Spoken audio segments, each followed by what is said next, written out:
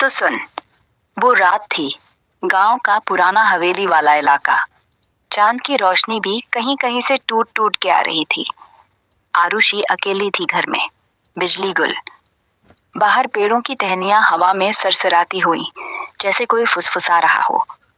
अंदर अंदर तो लोहा पिघलते जितनी ठंडी हवा चल रही थी। वो सोच रही थी, अभी किसी ने दरवाजा थपथपाया क्या? पर कौन होगा? सब तो सो रहे थे।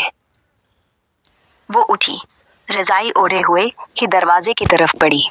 हर कदम पर लकड़ी चर्राटी, जैसे कोई पुरानी याद जाग रही हो। दरवाजा हल्का सा खुला था।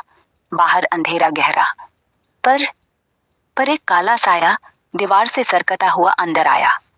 ठंडी सांस उसके कान में लगी।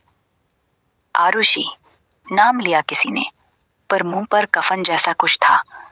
वो पलटाना चाहती थी, पर पैर जम गए। साया धीरे से पास आया, हाथ बढ़ाया, ठंडा, नम, हड्डियों का। अब बोल, वो भागेगी या पीछे मुड़ेगी? वो पीछे मुड़ी, आंखें बंद कर, दांत पीसते हुए। सांस रुक सी गई, पर साया रुका नहीं। वो उसके कंधे पर ठंडा उंगली चला रहा था। आरुषि, आज रात तेरा साथ है मेरा। आवाज गहरी, गली में घूमने वाली हवा सी। उसने सोचा चिल्लाएगी, पर गला बैठ गया। साया हंसा, हल्का सा, पर वो हंसी अंदर तक उतर गई। भाग मत, मैं तो बस तुम्हारी याद हूं। अब आरुषि की आंखें खुली। सामने कोई नहीं था, पर कमरे में अब भी वो ठंडी सांस चल रही थी। वो कहीं गई? तो सांसें अब और तेज हुई। आरुषि ने दीवार पर हाथ रखा, ताकत जुटाने को, पर दीवार भी ठंडी थी, जैसे पूरा घर उसका साथी बन गया हो। मैं तेरी बचपन की वो दोस्त हूँ, जिसे तूने घर से निकलवाया था, याद है?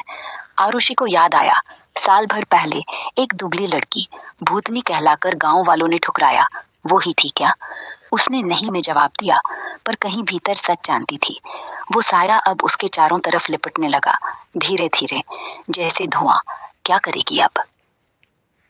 तो तो साया अब उसकी छाया बन गया था, हर तरफ से लिपटा, जैसे हवा ने उसे गले लगा लिया हो। पता है, मैंने तेरे लिए कितनी रातें इंतजार किया। आवाज अब सीधे उसके दिमाग में गूंजी। अब छोड़ूंगी नहीं।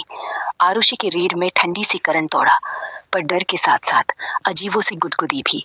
साया ने उसके हाथ थाम लिया, आइस जैसा ठंडा, पर कहीं कहीं से जलन भी।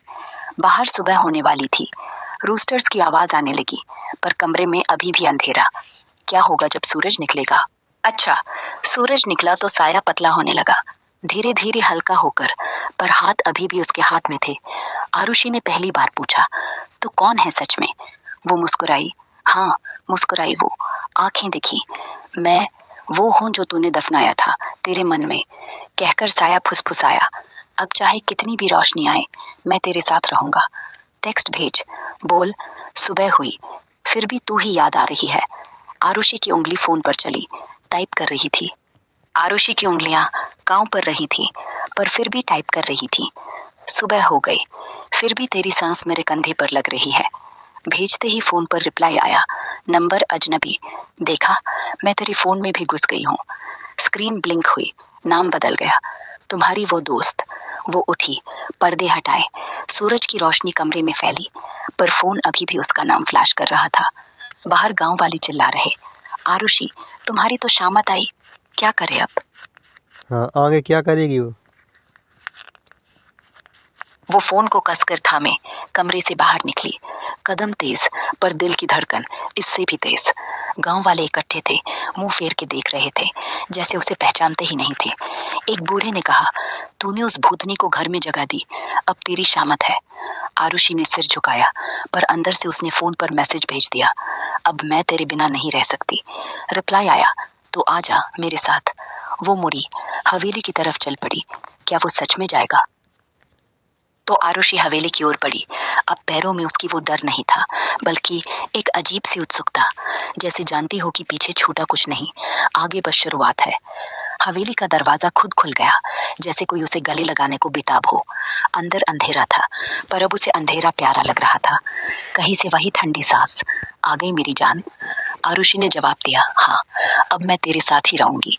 क्या अब वो दोनों कभी अलग होंगे?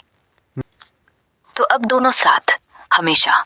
हवेली की दीवारों में उनकी सांसें गूंजने लगी, जैसे पुरानी यादें नई हो गई हों। बाहर गांव वाले कहते रहे, वो मर गई, रात में गायब हो गई, पर अंदर आरुषि और वो दोनों की उंगलियां एक दूसरे में उलझी, एक का दिल, दूसरे का ठंडा बदन। अब कोई दिन नहीं, कोई रात नहीं, बस वो दोनों। कभी कभी रात में कोई गुजरता तो हवेली से फुसफुसाहट सुनाई देती, आरुषि, आरुषि। नाम पुकारता कोई, पर कोई जवाब नहीं, बस एक हल्की हंसी और दरवाजा बंद।